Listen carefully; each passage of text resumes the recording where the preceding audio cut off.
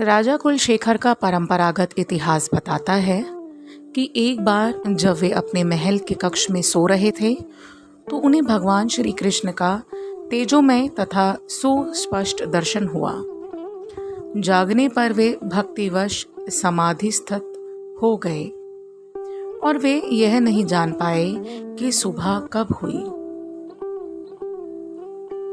राजकीय गायक तथा मंत्रीगण सदा की भांति उन्हें जगाने के लिए उनकी ड्योढ़ी पर आए, किंतु कुछ समय तक प्रतीक्षा करने पर कोई उत्तर ना पाकर अनिच्छा से उनके कक्ष में प्रवेश करने का साहस जुटाया। तब राजा की समाधि टूटी और उन्होंने उन सभी को अपने श्री कृष्ण दर्शन की बात बताई। उसी दिन से शासन करने में उनकी रुचि घटती गई। उन्होंने अपना अधिकांश उत्तरदायित्व मंत्रियों को सौंप दिया और स्वयं भगवान की भक्ति में लग गए।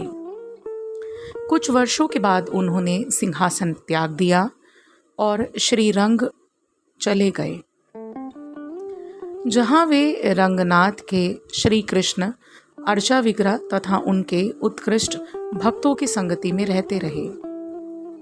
कहा जाता है कि श्रीरंगम में ही राजा कुलशेखर ने अपने 2 महान ग्रंथों की रचना की है, और ये 2 महान ग्रंथ हैं संस्कृत में मुकुंदमाला स्तोत्र तथा तमिल स्तुतियां, जिन्हें बाद में पेरुमाल तिरुमोली शीर्षक से तिरुवायमोली में सम्मिलित कर दिया गया।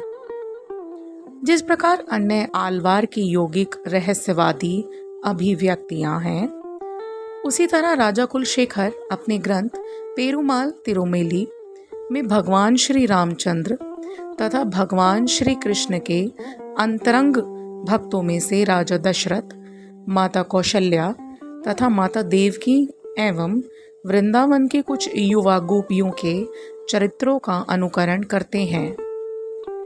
किंतु महाराज कुलशेखर ऐसे गुह्य भक्ति रसों की अनुभूति करने में कोई गर्व नहीं जताते।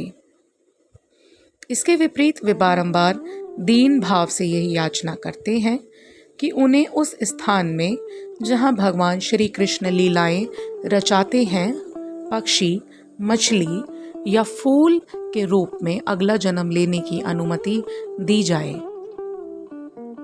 जिससे वे उनके भक्तों की संगति का आनंद ले सकें। यद्यपि मुकुंदमाला स्तोत्र उत्कृष्ट संस्कृत में रचा गया, किंतु यह श्री कृष्ण के प्रति राजा कुलशेखर की सहज भक्ति तथा अन्य सभी के साथ अपने सौभाग्य को बांटने की उत्सुकता है। इस तरह से अत्यंत लौकिक कृति होने से यह अंतरंग रहस्योद्घाटनों में या दुरह दार्शनिक पहेलियों में प्रवेश नहीं करती।